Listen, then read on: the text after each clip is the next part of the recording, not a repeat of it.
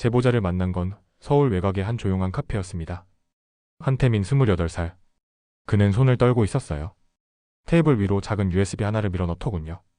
이거 꼭 봐주세요. 저 혼자 감당할 수 없습니다. 목소리가 갈라져 있었습니다.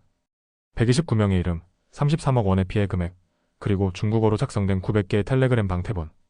대본들과 내부 자료가 통째로 들어 있었습니다. 사무실로 돌아와 USB를 열었습니다. 엑셀 파일 하나가 먼저 눈에 들어왔어요. 어열에는 이름, 비열에는 피해 금액, 시열에는 날짜. 스크롤을 내릴수록 숫자가 늘어났습니다. 최소 50만 원부터 최대 8천만 원까지. 2달간의 기록만으로도 이 정도였습니다. 다음 폴더를 열었습니다. 중국어 대본이 빼곡했어요. 안녕하세요. 저는 최태민 투자 분석가입니다. 오늘 추천 종목은 문장 하나하나가 정교했습니다. 번역기를 돌리자 한글로 매끄럽게 변환됐어요. 조선족 조직원이 자연스럽게 다듬었을 겁니다. 대본은 단계별로 나뉘어 있었습니다. 1단계 신뢰 구축, 2단계 소액 수익 제공, 3단계 대규모 투자 유도, 4단계 출금 차단 및 추가 입금 요구. 심장이 두근거렸습니다. 이건 단순한 사기가 아니었어요. 시스템이었습니다. 공장처럼 돌아가는 매뉴얼화된 범죄였습니다. 아, 그리고 이 영상이 도움이 되신다면 구독과 좋아요 부탁드립니다. 이런 범죄를 막기 위해서는 더 많은 분들이 알아야 하거든요. 알림 설정까지 해두시면 새로운 사건 소식을 가장 빠르게 받아보실 수 있어요. 안녕하세요. 저는 김도윤 탐사보도 기자입니다. 한태민에게 다시 전화를 걸었습니다. 이 자료 어떻게 구한 겁니까? 그는 한참을 망설이더니 입을 열었어요. 저도 거기 있었습니다. 캄보디아 프놈펜에요. 한국 청년들이 수백 명 갇혀 있습니다.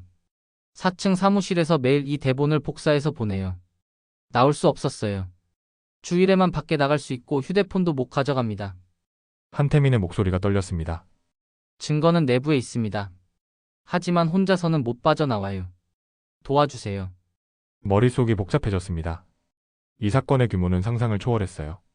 단 2달 치자료만으로도 129명, 33억 원. 전체 조직이 11개월간 운영됐다면 피해액은 얼마나 될까요? 계산기를 두드렸습니다. 대략 5,400억 원. 손이 얼어붙었습니다. 다음날 팀 회의를 소집했습니다. 책임 PD 박서진이 먼저 입을 열었어요. 위험하지 않습니까? 물론 위험했습니다. 촬영 감독 이가람도 걱정스러운 표정이었어요. 하지만 저는 결심했습니다. 캄보디아로 갑니다. 이 이야기를 세상에 알려야 했어요.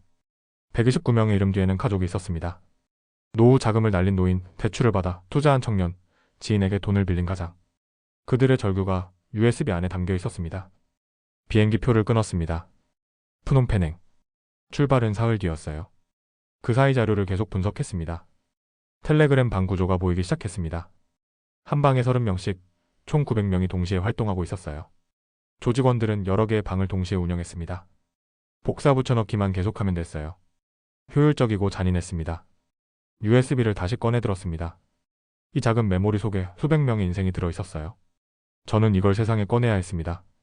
어떤 대가를 치르더라도요. 프놈펜 공항에 내렸을 때 습한 공기가 폐를 짓눌렀습니다. 2025년 3월 건기가 끝나가는 시점이었어요. 박서진 PD와 이가람 촬영 감독이 함께였습니다. 우리는 관광객처럼 보이려 했었어요. 카메라는 가방 깊숙이 숨겼습니다. 한태민이 보낸 주소는 시내 중심가였습니다. 29층짜리 초고층 빌딩. 유리로 덮인 외관이 햇빛을 반사했어요. 저기입니다. 저 건물 4층에 사무실이 있어요. 한태민의 목소리가 전화기 너머로 들렸습니다. 우리는 건물 주변을 먼저 돌았어요. 정문, 후문, 주차장 입구. 동선을 파악했습니다. 로비에 들어서는 순간 긴장감이 목을 조였습니다. 대리석 바닥 고급스러운 인테리어. 겉보기엔 평범한 오피스텔이었어요. 하지만 엘리베이터 앞에서 한국어가 들렸습니다. 형, 오늘 실적 어때? 별로야. 오세민 팀장이 또 난리칠 거야. 20대 후반으로 보이는 남자 둘이 담배를 피우며 나왔어요. 심장이 뛰었습니다. 한태민의 증언이 사실이었어요. 이가람이 가방 속 몰카를 작동시켰습니다. 우리는 로비 소파에 앉아 주변을 관찰했어요. 오전 10시 엘리베이터가 계속 움직였습니다. 4층 버튼이 유독 자주 눌렸어요. 1시간을 기다렸습니다. 그때 한국인 남성 서너 명이 로비로 내려왔어요. 야, 오늘 외출 날이잖아. 어디 갈래? 편의점이나 갈까? 주일에 외출. 한태민이 말했던 그 시스템이었습니다. 그들은 자유롭게 보였지만 표정은 무기력했어요. 박서진이 속삭였습니다. 4층에 올라가 봅시다. 위험했지만 증거가 필요했어요. 우리는 엘리베이터를 탔습니다. 3층에서 멈췄어요. 한 남자가 탔습니다. 목에 출입카드를 걸고 있었어요. 레벨이라는 글자가 보였습니다. 그는 4층 버튼을 눌렀어요. 문이 열렸습니다. 복도가 길게 뻗어 있었어요. 유리문 너머로 사무실이 보였습니다. 책상들이 빼곡했어요. 30개 아니 그 이상. 사람들이 헤드셋을 끼고 모니터를 응시하고 있었습니다. 손가락이 키보드 위에서 쉴 새 없이 움직였어요. 우리는 화장실로 들어갔습니다. 이가람이 몰카로 복도를 찍었어요. 그때 한국어 대화가 들렸습니다. 리나, 오늘 스크립트 업데이트 됐어? 응, 박길성이 아침에 전달했어. 중국어 버전 그대로 번역한 거야. 리나. 한태민이 말했던 여성 조직원이었습니다. 화장실에서 나오려는데 발소리가 가까워졌습니다. 우리는 숨을 죽였어요. 야, 너 어제 왜 실적 못 채웠어? 거친 목소리였습니다. 죄송합니다, 오세민 팀장님. 오늘은 꼭 오늘도 못 채우면 알지? 외출 금지야. 오세민. 한국인 팀장이었습니다. 그의 목소리는 차갑고 날카로웠어요. 우리는 복도 끝 비상구로 빠져나왔습니다. 계단을 내려가며 박서진이 말했어요. 이건 회사가 아니에요. 감옥입니다. 로비로 돌아왔을 때 한 남자가 전화를 받고 있었습니다. 네, 장회의 사장님. 이번 주 목표는 5억입니다. 달성하겠습니다. 장회. 중국계 총책의 이름이었어요. 한태민이 말했던 그 사람. 모든 지시를 내리는 핵심 인물. 밖으로 나왔습니다.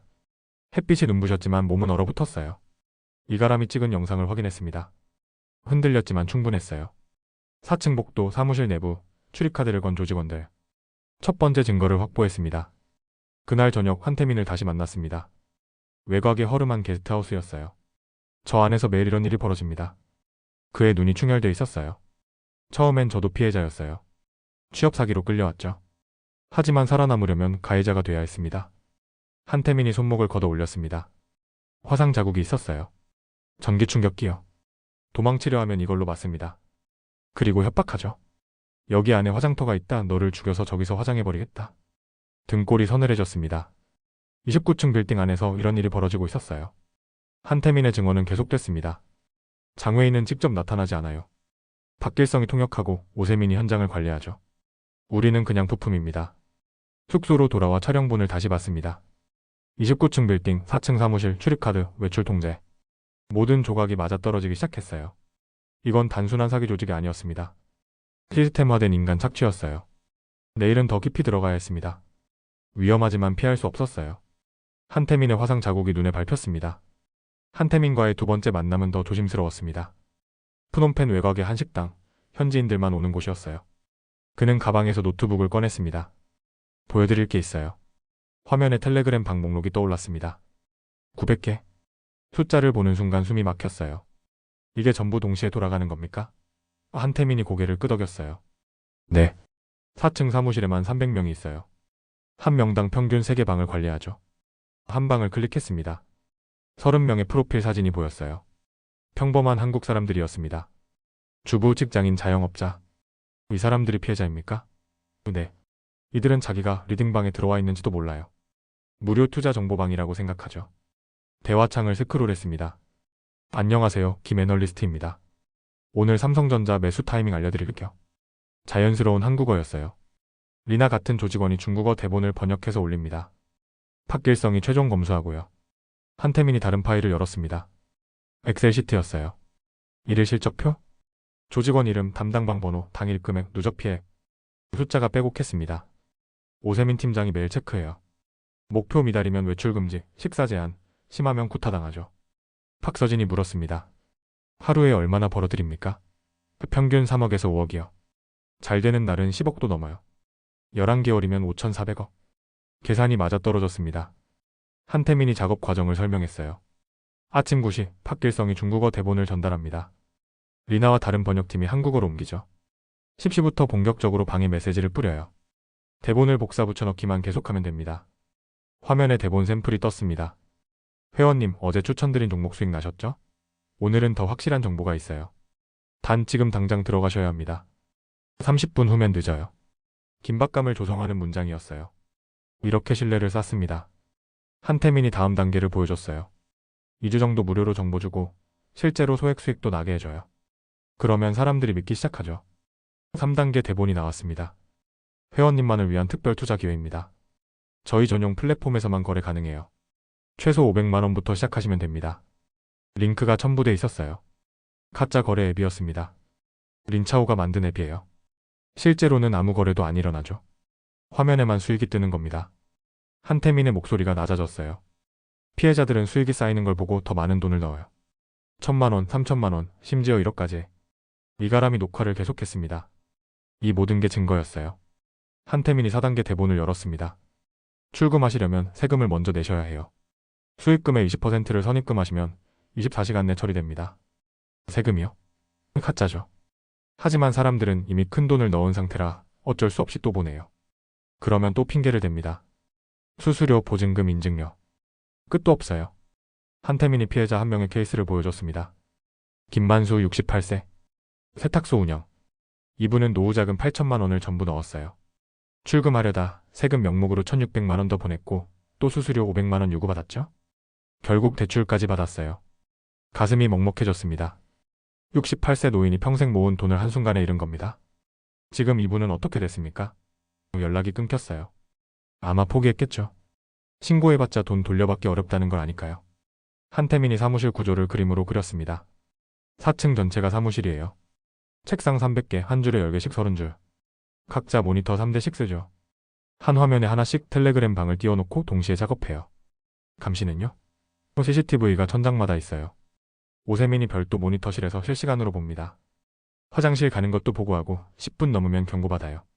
박서진이 메모를 했습니다. 한 방에 30명이면 900개 방에 총 27,000명이 피해자란 얘기네요. 한태민이 고개를 저었어요. 더 많아요. 사람들이 나가고 들어오니까요. 누적하면 5만 명도 넘을 겁니다. 5만 명. 하나하나가 가족이 있는 사람들이었어요. 대본을 복사 붙여넣기만 계속하면 되니까 속도가 엄청 빨라요. 한 사람이 하루에 1,000개 메시지도 보냅니다. 한태민이 자신의 손목시계를 가리켰어요. 시간 체크도 철저해요. 메시지 한 건당 평균 응답 시간을 재죠. 30초 넘으면 경고, 1분 넘으면 실적에서 감정. 공장이었습니다. 사람을 기계처럼 쓰는 사기 공장. 한태민의 눈에 피로가 가득했어요. 처음엔 견딜만 했어요. 하지만 매일 사람들 울부짖는 소리를 들으면 미칠 것 같아요. 출금 안 된다고 전화하면 우리가 또 거짓말해야 하거든요. 그가 노트북을 닫았습니다. 이게 전부예요. 4층의 진실. 여기선 양심 따윈 사치입니다. 숙소로 돌아오는 길 아무도 말이 없었습니다. 900개 방, 27,000명 이상의 피해자, 하루 5억씩 빨아들이는 시스템. 우리가 목격한 건 거대한 범죄 공장이었어요. 한태민이 세 번째 만남에서 꺼낸 건 출입카드였습니다. 플라스틱 카드 하나, 겉보기엔 평범한 사원증 같았어요. 이게 전부를 결정합니다. 그가 카드를 테이블에 내려놨어요. 레벨 2라는 글자가 선명했습니다. 레벨이 뭡니까? 제가 물었습니다. 등급이요. 레벨 1부터 5까지 있어요. 실적에 따라 올라가죠. 한태민이 설명을 이어갔어요. 레벨 1은 신입 외출 금지예요. 건물 밖은 한 달 동안 못 나가죠. 레벨 2가 되면 주 1회 외출 가능합니다. 박서진이 카드를 들여다봤습니다. 레벨 3 이상은요? 레벨 3은 주 2회, 레벨 4는 자유 외출. 레벨 5는 팀장급이에요. 오세민처럼 관리자가 되는 거죠. 계급 시스템이었습니다. 철저하게 통제하면서도 희망을 주는 구조였어요. 외출할 때도 규칙이 있어요. 한태민이 종이에 적기 시작했습니다. 출발 30분 전 신고, 동선 보고 이 시간 이내 복귀. 휴대폰은 절대 못 가져가요. 건물 입구에서 전부 회수하거든요. 회수요? 네. 아침에 출근하면 로비에서 휴대폰 제출합니다. 저녁에 퇴근할 때 돌려받고요. 근무 시간엔 회사 지급 스마트폰만 써요. 그것도 감시당하죠. 이가람이 놀란 표정을 지었습니다. 그럼 연락은요? 못해요. 가족한테도 못합니다. 한 달에 한 번 영상통화 10분 허용돼요. 그것도 박길성이 옆에서 지켜보면서 하죠. 한태민이 자신의 경험을 털어놨어요. 처음 한 달은 정말 미칠 뻔했습니다. 바깥 세상 소식을 전혀 몰라요. 뉴스도 못 보고 SNS도 차단돼 있고 오직 사기 대본만 보죠. 탈출 시도는 없었습니까? 있었죠. 제가 오기 한 달 전 박종현이라는 사람이 도망쳤어요. 레벨 1이었는데 새벽에 비상구로 빠져나갔죠. 한태민의 목소리가 떨렸습니다. 3일 후에 잡혀왔어요. 생리티가 직접 데려왔죠. 생리티? 현장 경비대장이었습니다. 캄보디아 현지인이에요. 장웨이가 고용한 사람이죠. 덩치가 산만해요. 박종현을 4층 한가운데로 끌고 왔습니다. 한태민이 눈을 감았어요. 전기충격기로 10분간 고문했어요. 우리 모두 보는 앞에서. 비명소리가 지금도 귀에 생생합니다. 그러고 나서 생리티가 말했죠. 도망가도 괜찮다. 걸리면 허벅지에 총을 줄 거다. 등골이 서늘해졌습니다. 총이요? 네. 생리티는 항상 허리에 권총을 차고 다녀요. 보여주기용이 아니에요. 실제로 쏠 수 있는 사람입니다. 한태민이 건물 배치도를 그렸습니다. 1층은 로비, 2층과 3층은 숙소예요. 남자 기숙사죠. 한 방에 8명씩 자요. 4층이 사무실, 5층 이상은 일반 임대 공간이에요. 여자는요? 여자는 별도 건물이에요. 차로 10분 거리. 리나 같은 여성 조직원들이 거기 있죠. 남녀 접촉 금지예요. 일외에는 대화도 못해요. 박서진이 물었습니다. 식사는 어떻게 합니까? 2층에 구내식당 있어요. 아침 7시, 점심 12시, 저녁 6시. 30분씩만 주어져요. 늦으면 굶죠. 식사도 실적으로 통제해요. 목표 미달이면 반찬 하나 빼고요. 월급은요? 월급이라는 게 없어요. 수당 개념이죠. 실적 달성하면 한 달에 200만 원 정도. 근데 그것도 현금으로 안 줘요. 카드로 지급해요. 그 카드도 건물 내 매점에서만 써요. 완벽한 폐쇄 시스템이었습니다. 돈도 연락도 외출도 통제당하는 구조. 그럼 돈을 모아서 나갈 수도 없네요. 불가능해요. 돈은 다 건물 안에서 순환하죠. 담배, 과자, 생필품 사는데 다 써버려요. 한태민이 윤혜진이라는 여성 조직원 이야기를 꺼냈습니다. 데이터 소싱 담당이에요. 피해자 DB를 관리하죠. 이름, 나이, 직업, 관심사 전부 정리해요. 그걸 토대로 맞춤형 대본을 만들어요. 맞춤형이요? 네. 예를 들어 60대 자영업자면 안정적인 노후 투자 대본을 쓰고 30대 직장인이면 공격적인 수익 대본을 쓰죠. 윤혜진이 엑셀로 다 분류해놔요. 소름이 돋았습니다. 피해자 한 명 한 명을 분석해서 약점을 파고드는 시스템. 그 데이터는 어디서 구합니까? 매입해요. 불법 개인정보 브로커한테. 장웨이가 중국에서 가져오죠. 한태민이 자신의 하루 일과를 설명했어요. 오전 7시 기상, 7시 30분 식사, 8시 휴대폰 제출, 8시 30분 출근. 오후 6시까지 근무, 6시 30분 저녁, 7시부터 10시까지 야근, 10시 30분 취침. 매일 반복입니다. 주말은요? 없어요. 365일 돌아가요. 명절에만 하루 쉬죠. 그마저도 건물 밖은 못 나가요. 이가람이 한숨을 쉬었습니다. 이건 회사가 아니라 수용소네요. 한태민이 고개를 끄덕였어요. 맞아요. 호텔 같은 외관 속에 감옥이 있는 거예요. 장외인은 어떤 사람입니까? 제가 물었습니다. 직접 본 적은 없어요. 한 달에 한 번 화상으로만 나타나죠. 중국어로 지시하면 팟길성이 통역해요. 차갑고 계산적인 사람이에요. 숫자만 봐요. 사람은 안 보죠. 한태민이 마지막으로 한 가지를 덧붙였습니다. 레벨 시스템의 진짜 목적은 희망을 주는 거예요. 열심히 하면 올라갈 수 있다는 착각? 하지만 레벨 5가 돼도 자유는 없어요. 더 많은 책임만 생기죠. 오세민 팀장도 결국 장외의 밑에 갇힌 거예요. 출입카드를 다시 봤습니다. 작은 플라스틱 조각이 300명의 인생을 통제하고 있었어요. 레벨 1부터 5까지 모두 같은 감옥 안에 있었습니다. 밤늦게 숙소로 돌아왔습니다. 29층 빌딩의 불빛이 창밖으로 보였어요. 저 안에서 지금도 누군가는 대본을 복사하고 누군가는 탈출을 꿈꾸고 누군가는 포기하고 있을 겁니다. 리나를 만난 건 우연이었습니다. 한태민이 연결해줬어요. 26살 채팅 스크립트 운영보조. 제가 양심 고백하고 싶어요. 그녀의 목소리는 떨리고 있었습니다. 푸놈펜 외곽의 작은 카페였어요. 리나는 선글라스를 끼고 왔습니다. 감시당하고 있을지 몰라요. 빨리 말씀드릴게요. 그녀가 가방에서 수첩을 꺼냈어요. 손으로 빼곡히 적은 메모들이었습니다. 실내 구축 매뉴얼이에요.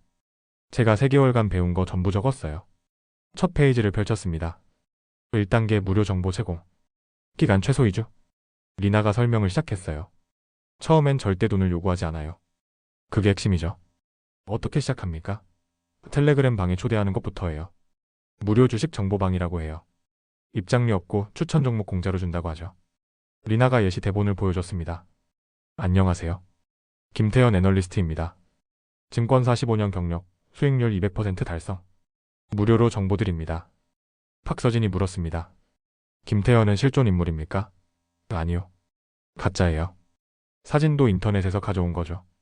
외국인 애널리스트 얼굴 쓰면 더 신뢰가 가요. 윤혜진이 프로필 전부 만들어줘요. 그 다음은요? 종목 추천을 시작해요. 근데 이미 오른 종목을 말하죠. 예를 들어 삼성전자가 어제 5% 올랐으면 오늘 아침에 제가 어제 추천드린 삼성전자 보셨죠? 수익 나셨을 거예요 라고 해요. 이가람이 고개를 저었습니다. 하지만 어제 추천한 적이 없잖아요. 맞아요. 근데 방에 새로 들어온 사람들은 몰라요. 이전 메시지를 못 보니까요. 그냥 이 사람이 정말 예측했다고 착각하죠. 교묘했습니다. 리나가 계속 설명했어요.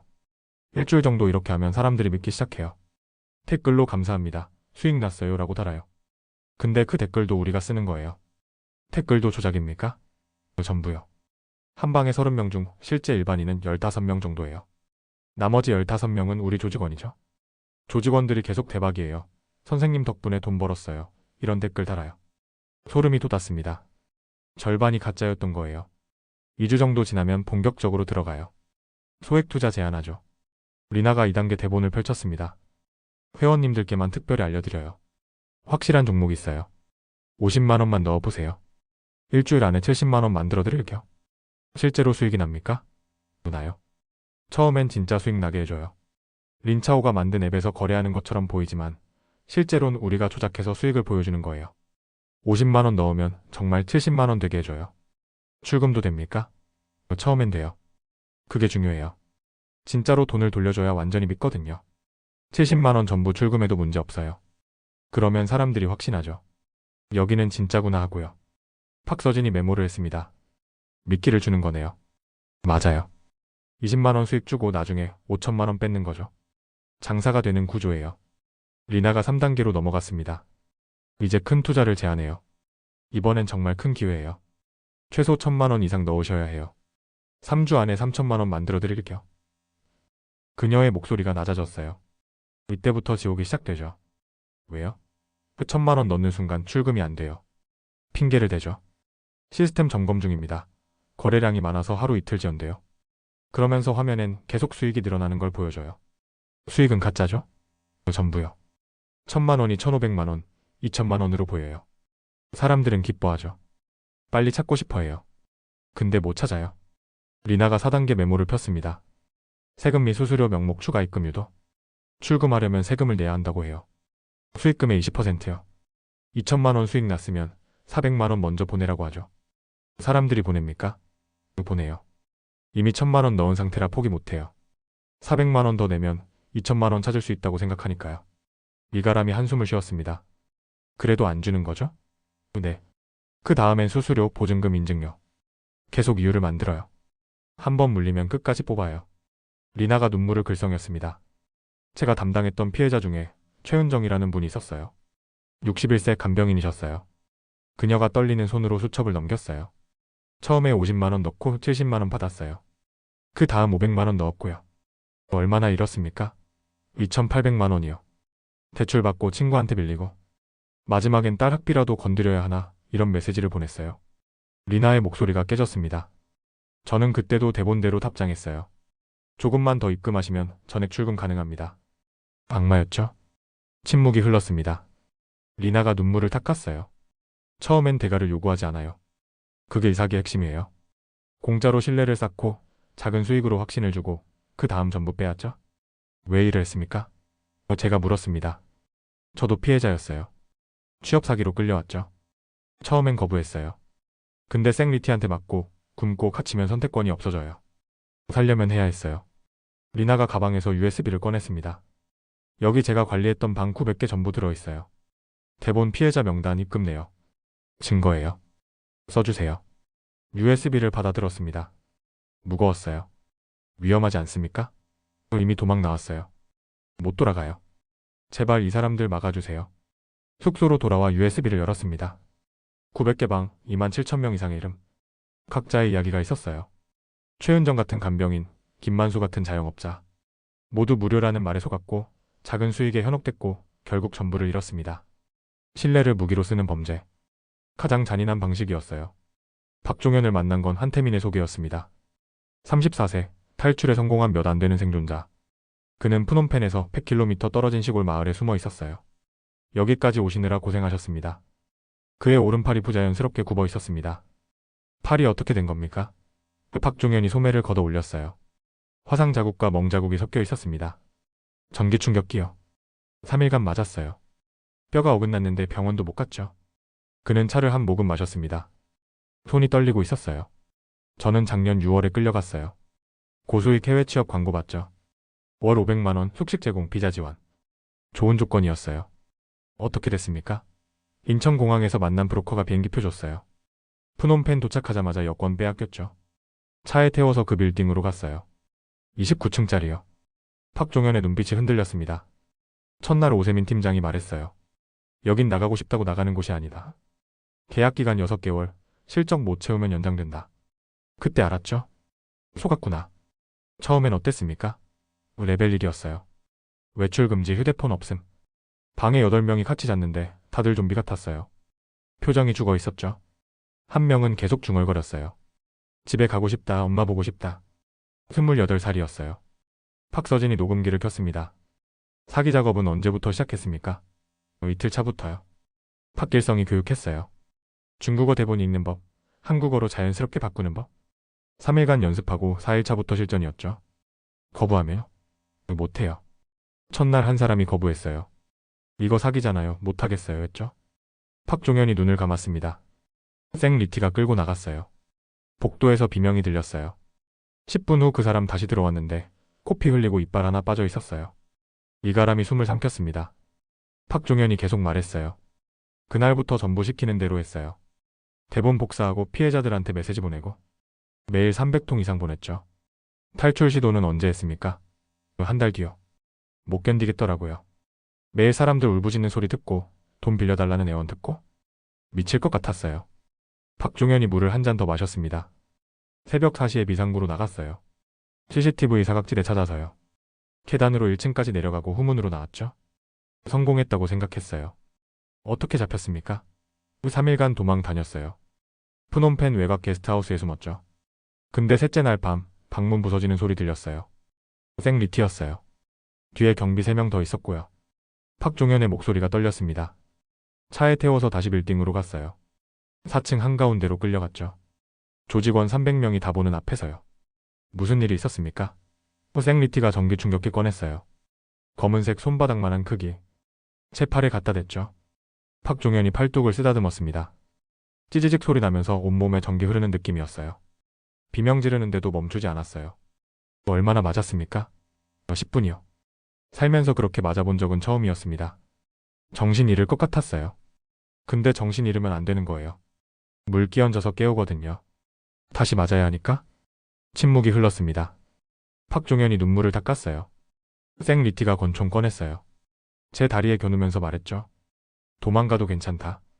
걸리면 허벅지에 총을 줄 거다. 죽이진 않는다. 살아서 내일 또 일해야 하니까? 그 다음은요? 3일간 격리됐어요. 지하실이요. 화장실도 없는 방에 갇혔죠. 하루 한 끼만 줬어요. 팔은 부러진 것 같은데 치료도 없었고요. 팍종현이 셔츠를 걷어 올렸습니다. 등에 긴 흉터가 있었어요. 막대기로 맞은 거예요. 린차오가 했죠. IT 담당이지만 폭력도 서슴지 않아요. 네가 도망가면 다른 놈들도 따라한다 그러면서 20대 넘게 때렸어요. 이가람이 카메라를 들었습니다. 촬영해도 됩니까? 박종현이 고개를 끄덕였어요. 세상에 알려야죠. 지금도 거기 있는 사람들 구해야 하니까요. 다시 작업장으로 돌아갔습니까? 네. 4일 차부터 다시 일했어요. 근데 이번엔 레벨 0이 됐죠. 레벨 1보다 아래예요. 탈출 시도자 등급이죠. 외출 영구 금지, 식사 하루 두 끼 감시 강화. 어떻게 결국 나왔습니까? 6개월 후요. 한국 대사관에 연락할 기회가 생겼어요. 외부 수리 업체 직원한테 부탁했죠. 돈 $50 줬어요. 그 사람이 대사관에 제 이름 전달했고요. 팍종현이 한숨을 쉬었습니다. 대사관에서 캄보디아 경찰 통해서 구조했어요. 하지만 저만 나왔죠. 나머지는 아직 거기 있어요. 조직은 보복하지 않았습니까? 했죠. 탈출 후 일주일 동안 생 리티한테 전화 10통 넘게 왔어요. 돌아와라. 안 오면 한국 가족 찾아간다. 지금도 숨어 사는 거예요. 팍서진이 물었습니다. 다른 피해자들도 폭력을 당했습니까? 전부요. 실적 못 채우면 기본이에요. 때리고 굶기고 잠 못 자게 하고. 오세민 팀장은 심리적 학대를 해요. 너 가족 찾아가서 네가 사기꾼이라고 알려줄까? 이런 협박이죠. 여성 조직원들은요? 더 심해요. 성폭력도 있었어요. 리나 같은 여성들 숙소에 경비들이 밤에 들어간다는 소문 들었어요. 신고할 곳도 없죠. 박종현이 마지막으로 한 가지를 말했습니다. 제가 있을 때 한 사람이 죽었어요. 24살 청년이었죠. 3층에서 뛰어내렸어요. 더 못 견디겠다고? 어떻게 됐습니까? 시신 치웠어요. 경찰 신고 안 했죠. 화장했다는 소문 들었어요. 생 리티가 그날 우리한테 말했어요. 여기 안에 화장터가 있다. 너를 죽여서 저기서 화장해버리겠다. 등골이 서늘해졌습니다. 박종현이 테이블에 손을 올렸어요. 폭력은 공짜가 아니에요. 탈출 시도 한 번에 3일간 고문, 실적 미달 한 번에 쿠타이레. 가격표가 있는 거죠. 공포로 사람을 통제하는 시스템이에요. 숙소로 돌아오는 길 말이 없었습니다. 박종현의 부러진 팔, 등의 흉터, 떨리는 손. 모두 증거였어요. 29층 빌딩 안에서 벌어지는 폭력의 흔적. 밤늦게 창밖을 봤습니다. 저 빌딩 안에서 지금도 누군가는 전기 충격기를 두려워하고 누군가는 도망을 꿈꾸다 포기하고 있을 겁니다. 김만수를 만난 건 서울로 돌아온 직후였습니다. 68세 세탁소 운영. 그는 약속 장소에 30분 일찍 나와 있었어요. 기자님 제 이야기 들어주셔서 감사합니다. 목소리가 갈라져 있었습니다. 그의 손에는 두툼한 서류 봉투가 들려 있었어요. 전부 여기 있어요. 입금 내역, 통장 사본, 문자 메시지 전부요. 서류를 펼쳤습니다. 숫자가 빼곡했어요. 500만 원, 1000만 원, 2000만 원. 날짜별로 정리돼 있었습니다. 처음엔 어떻게 시작됐습니까? 김만수가 휴대폰을 꺼냈어요. 텔레그램 메시지 왔어요. 무료 주식 정보방이라고. 저는 주식 모르지만 노후 준비는 해야 하니까 들어갔죠. 화면에 대화 내역이 보였습니다.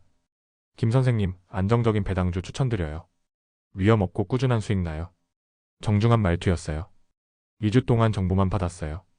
정말 공짜더라고요. 그러다 50만 원만 넣어보라고 해서 넣었죠. 수익이 났습니까? 났어요. 70만 원 됐어요. 출금도 바로 됐고요. 그때 완전히 믿었죠. 김만수의 손이 떨렸습니다. 그 다음에 1000만 원 넣었어요. 평생 모은 돈이에요. 박서진 입금 내역을 보고 있었습니다. 1000만 원 입금 후 어떻게 됐습니까? 화면에 1500만 원으로 늘어났어요. 일주일 만에요. 너무 기뻐서 아내한테 말했죠. 여보, 우리 이제 노후 걱정 없겠어? 김만수가 눈물을 글썽였습니다.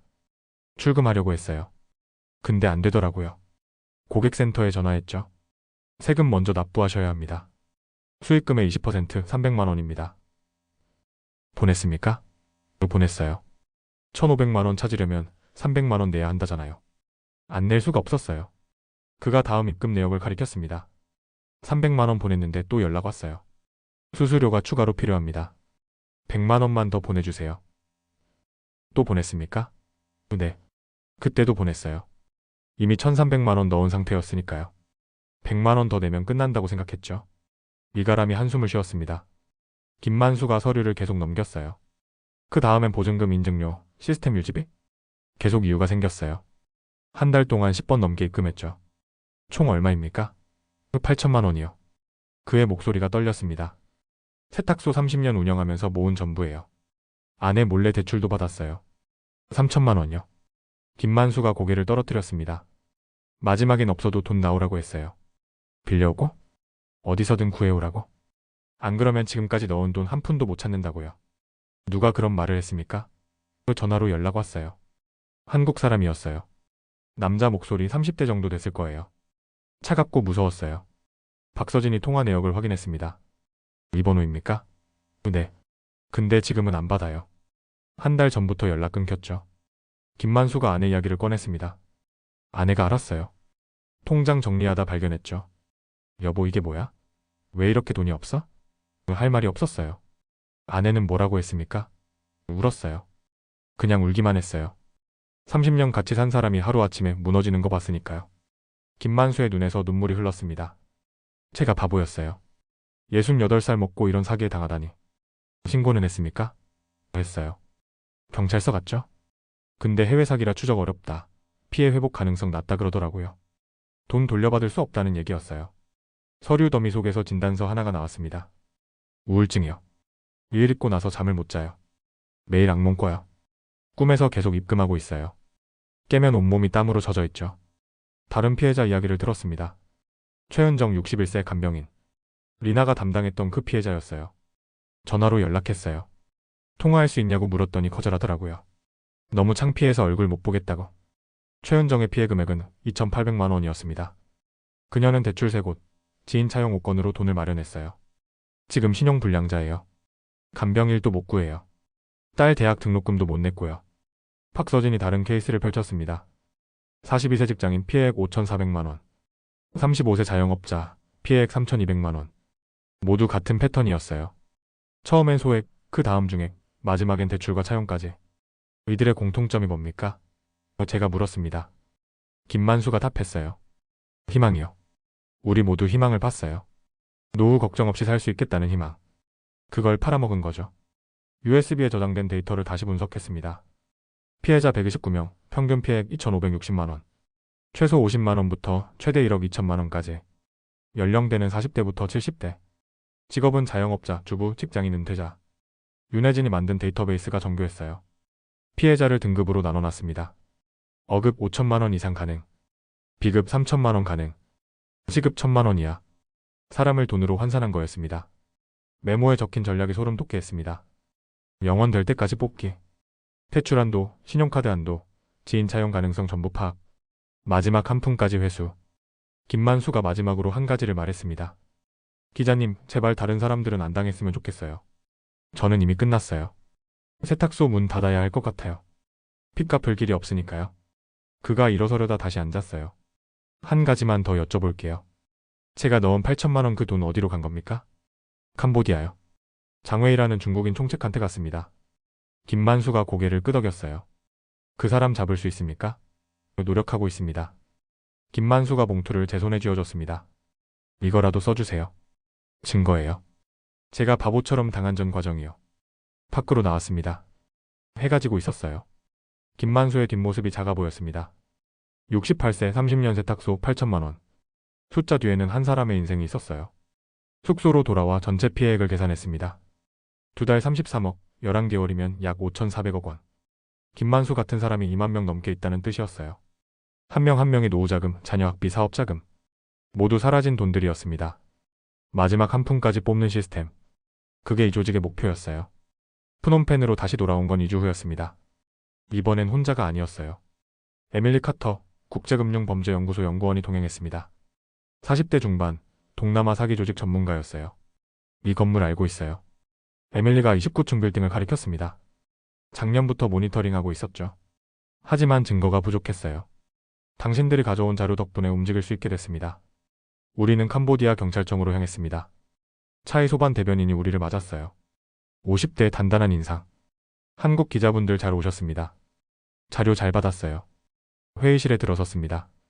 경찰 10여 명이 앉아 있었어요. 차이소반이 지도를 펼쳤습니다. 여기. 프놈펜 시내에만 이런 건물이 7개 있습니다. 외곽까지 합치면 15개예요. 15개요? 박서진이 놀랐습니다. 우리가 취재한 건 한 곳뿐인데요. 당신들이 찾은 건 빙산의 일각이에요. 이 범죄는 네트워크로 움직입니다. 에밀리가 자료를 꺼냈습니다. 동남아 전체로 보면 더 많아요. 캄보디아, 미얀마, 라오스, 필리핀. 한국인 표적 사기 조직의 최소 50곳 이상 운영 중이죠. 숫자가 실감나지 않았습니다. 차이 소반이 계속 설명했어요. 문제는 이동성이에요. 우리가 한 곳을 단속하면 다른 곳으로 옮겨요. 장웨이 같은 총책들은 여러 거점을 동시에 운영하죠. 그래도 단속은 가능합니까? 가능해요. 당신들 자료가 결정적이었습니다. USB 2개, 증언 5건, 영상 증거. 이 정도면 충분해요. 3일 후 단속 작전이 시작됐습니다. 새벽 5시, 경찰 특공대 80명이 29층 빌딩을 포위했어요. 우리는 3블록 떨어진 곳에서 지켜봤습니다. 이가람이 망원 렌즈로 촬영했어요. 돌입, 무전기에서 소리가 들렸습니다. 경찰들이 건물 안으로 들어갔어요. 20분 후 사람들이 줄지어 나오기 시작했습니다. 수갑을 찬 사람들이었어요. 오세민이 보였습니다. 한국인 팀장. 그는 고개를 숙인 채 끌려 나왔어요. 팍길성도 있었습니다. 조선족 통역. 생리티는 저항하다 제압됐죠. 한태민이 나왔습니다. 그도 수갑을 차고 있었어요. 우리 눈이 마주쳤습니다. 그가 고개를 끄덕였어요. 미안하다는 표정이었습니다. 가해자이면서 동시에 피해자였던 그 복잡한 감정이 밀려왔어요. 리나도 보였습니다. 26살 양심 고백자. 그녀는 울고 있었어요. 경찰차에 타기 전 우리를 봤습니다. 감사합니다. 입모양으로 말했어요. 차의 소반이 브리핑했습니다. 총 327명 검거. 한국인 184명, 중국인 82명, 조선족 43명, 캄보디아인 18명. 4층 사무실에서 컴퓨터 300대, 휴대폰 500대, 현금 30억 원 상당 압수했습니다. 장외인은요? 도주했어요. 전날 밤 빠져나간 것 같아요. 에밀리가 고개를 저었습니다. 예상했어요. 총책들은 항상 먼저 빠져나가죠. 린차오도 도주했습니다. IT 담당자. 이 2명은 국제수배 들어갈 겁니다. 하지만 잡기 쉽지 않아요. 다음 날 캄보디아 정부가 공식 발표를 했습니다. 프놈펜 일대 사기 조직 대대적 단속. 15개 거점 동시 진압, 약 1000명 검거. 차이 소반이 기자회견장에 섰어요. 이번 작전은 한국 취재진의 용기 있는 제보 덕분이었습니다. 우리는 앞으로도 이런 범죄를 철저히 단속할 것입니다. 박수가 쏟아졌습니다. 하지만 에밀리는 조심스러웠어요. 단속은 시작일 뿐이에요. 장웨이는 이미 다른 나라로 갔을 거예요. 새 거점 만들고 있을 겁니다. 어디로 갔을까요? 미얀마나 라오스? 통제가 약한 곳으로 가죠. 그리고 6개월 후 다시 시작해요. 조직원 모집하고 빌딩 빌리고 똑같은 시스템 돌리죠. 한태민을 면회했습니다. 프놈펜 구치소였어요. 형량이 어떻게 될까요? 3년에서 5년 예상돼요. 제보자 신분이라 감경받을 수 있을 거예요. 그가 창사를 잡았습니다. 저 같은 사람 많아요. 처음엔 피해자였다가 가해자 된 사람들. 살기 위해 남을 속인 거죠. 후회합니까? 매일 후회해요. 근데 그때로 돌아가도 어쩔 수 없었을 것 같아요. 생리티한테 맞고 굶고 갇히면 선택권이 없어지거든요. 한태민이 한 가지를 당부했습니다. 사람들한테 말해주세요. 해외 고수익 알바 절대 가지 말라고. 가면 돌아오기 힘들어요. 그리고 리딩방, 투자방 조심하라고. 처음엔 무료라고 해도 결국 전부 빼앗아가요. 서울로 돌아왔습니다. 뉴스에 단속 소식이 돼서 특필됐어요. 캄보디아 한국인 사기 조직 1000명 검거 댓글이 수천 개 달렸습니다. 잘했다, 더 잡아라, 사형시켜라. 하지만 김만수에게 전화했을 때 그는 말했어요. 검거됐다고 돈 돌아옵니까? 어렵습니다. 그럼 소용없네요. 저는 여전히 빚쟁이에요. 에밀리가 마지막 경고를 했습니다. 이 범죄는 끝나지 않았어요. 장웨이는 지금도 어딘가에서 새 조직 만들고 있을 거예요. 피해자였던 사람이 가해자가 돼버리는 구조죠. 악순환이에요. 막을 방법은 없습니까? 예방뿐이에요. 사람들이 알아야 해요. 해외 고액 알바는 함정이고 무료 투자 정보는 믿기고 처음 수익은 사기의 시작이란 걸요. 취재를 정리했습니다. 3개월간의 기록? USB 2개, 증언 8건, 영상 50시간, 문서 3000장. 5,400억 원 규모의 범죄를 추적한 여정이었어요. 방송이 나간 후 제보가 쏟아졌습니다. 저도 피해자예요. 제 친구가 캄보디아에 있어요. 아들이 3개월째 연락 없어요. 숫자로만 봤던 피해자들이 실제 사람으로 다가왔어요. 구조 요청도 많았습니다. 제 동생 좀 구해주세요. 남편이 미얀마에서 못 나오고 있어요. 우리는 할 수 있는 한 대사관과 경찰에 연결해줬어요. 하지만 모두를 구할 순 없었습니다. 에밀리의 말이 맞았어요. 장웨이는 다시 나타날 거예요. 다른 이름으로 다른 장소에서. 이 범죄는 계속될 겁니다. 책상 위에 김만수의 서류 봉투가 놓여 있습니다. 8천만 원의 기록? 한태민의 출입카드도 있어요. 레벨이. 리나의 수첩도요. 900개 방의 대본. 이 물건들이 증거예요. 5,400억 원 사기의 실체. 하지만 동시에 경고이기도 하죠. 지금 이 순간도 누군가는 무료 투자 정보 메시지를 받고 있을 거예요. 누군가는 월 500만 원 해외 알바 광고를 보고 있을 겁니다. 여기까지 보셨는데 아직 구독 안 누르신 거 아니죠? 구독, 좋아요는 무료인데 누르면 제 기분은 100억짜리 됩니다. 알림까지 켜두시면 제가 문 앞에서 띵동하고 인사드릴지도 몰라요. 댓글은 사랑입니다. 꼭 남겨주세요. 이 영상을 주변에 공유해주세요. 특히 부모님께요. 무료라는 말, 쉬운 돈이라는 약속. 모두 함정일 수 있다는 걸 알려주세요. 가지 않기? 연루되지 않기? 의심되면 즉시 신고하게. 이 3가지만 기억하세요. 29층 빌딩의 불빛이 꺼졌지만 어딘가에서 또 켜질 겁니다. 우리의 경계는 계속돼야 해요.